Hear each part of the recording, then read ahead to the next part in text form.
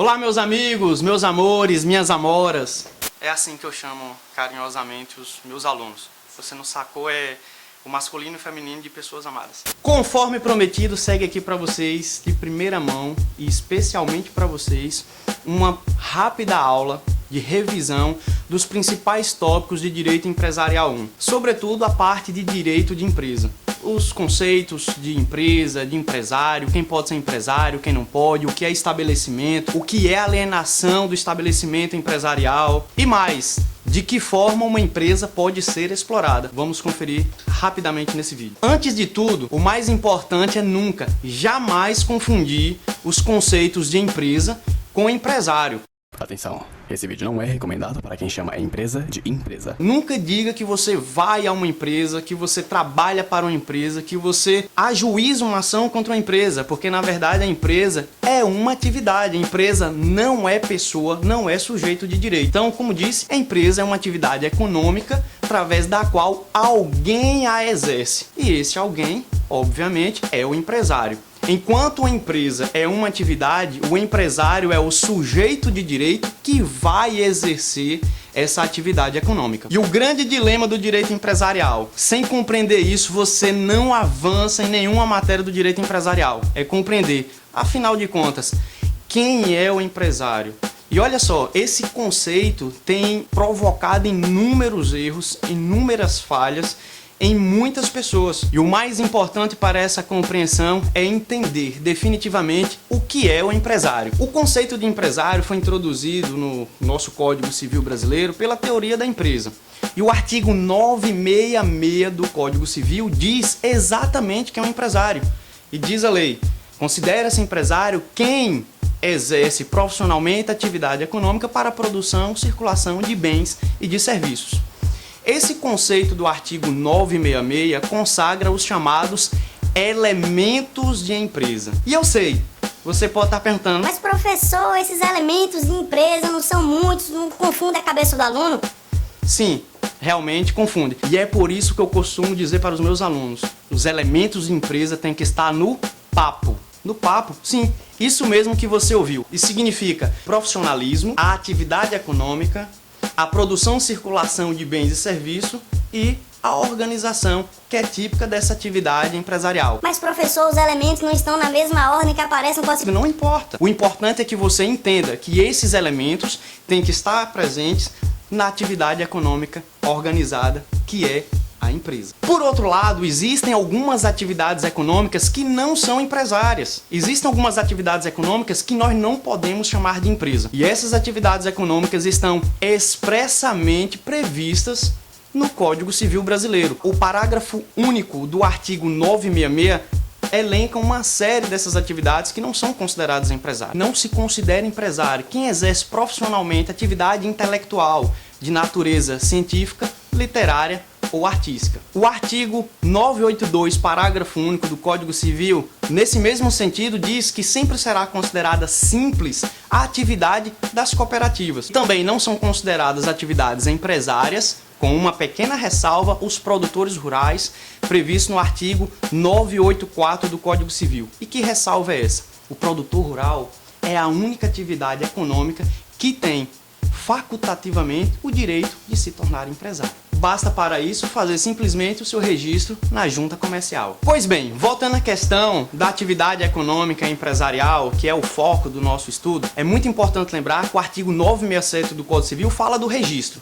Mas atenção, o registro da atividade empresarial não é imprescindível para a existência e configuração da atividade econômica empresarial. Muita atenção, o registro previsto no artigo 967 é apenas para formalizar a atividade e torná-la regular. Quer dizer que o empresário, então, ele pode estar exercendo uma atividade econômica sem o registro? Pode. E será considerado empresário mesmo assim? Sim, será considerado. Repetindo, o artigo 967 do Código Civil, que trata do registro, apenas está tratando da regularização da atividade empresarial e não da sua existência. Quero dizer, a atividade existe, o indivíduo que a exerce informalmente é empresário, mas empresário irregular. Pois bem, Para o exercício dessa atividade econômica empresarial, é imprescindível que o empresário utilize um complexo de bens para possibilitar o exercício empresarial. Esse complexo de bens nós damos o nome de estabelecimento. O artigo 1142 do Código Civil diz que o estabelecimento é o complexo de bens que o empresário utiliza no exercício da sua atividade econômica. Então, sempre que falarmos em estabelecimento, tenha sempre em mente que o estabelecimento é o conjunto, é o complexo de bens. O estabelecimento não será necessariamente aquele ponto comercial que nós conseguimos identificar o local onde a empresa está sendo exercida, mas sempre o seu complexo de bens. E esse complexo de bens envolve bens materiais e bens imateriais. Bens materiais podem ser todos aqueles bens que o empresário utiliza, como a frota, a mobília, o maquinário, que possibilitam o exercício da atividade. E os bens imateriais são, por exemplo, a marca, a patente, que o empresário também utiliza no exercício da sua atividade econômica. Sejam bens materiais ou imateriais, o conjunto deles, todos eles reunidos, configurarão o estabelecimento. Mas atenção para um detalhe muito importante: nem todos os bens do empresário serão considerados estabelecimento.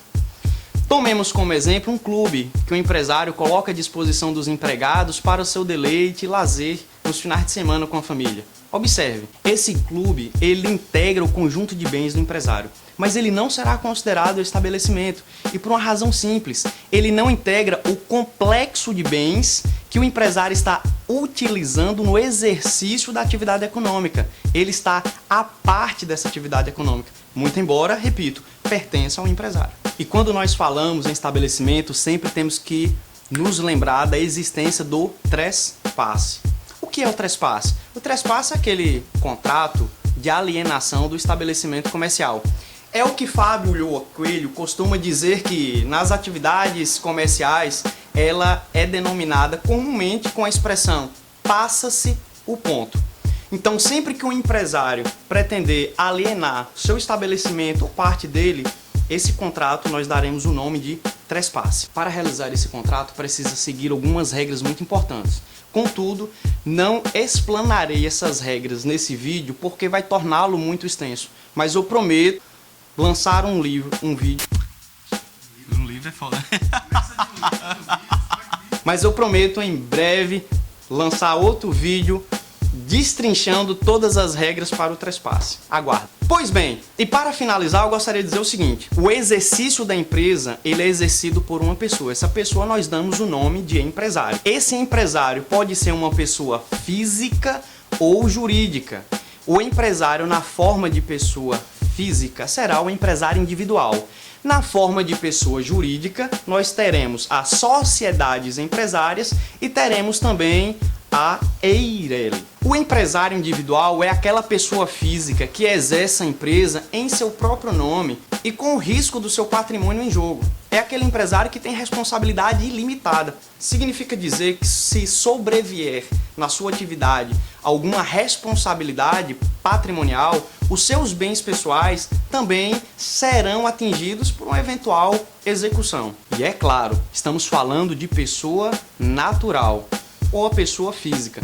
Essa pessoa, para exercer a empresa, ela precisa ser plenamente capaz na forma do artigo 972 do Código Civil. E atenção, o conceito de incapacidade dos artigos 3º e 4º do Código Civil sofreram uma substancial alteração com a inserção do Estatuto da Pessoa com Deficiência em nosso ordenamento jurídico.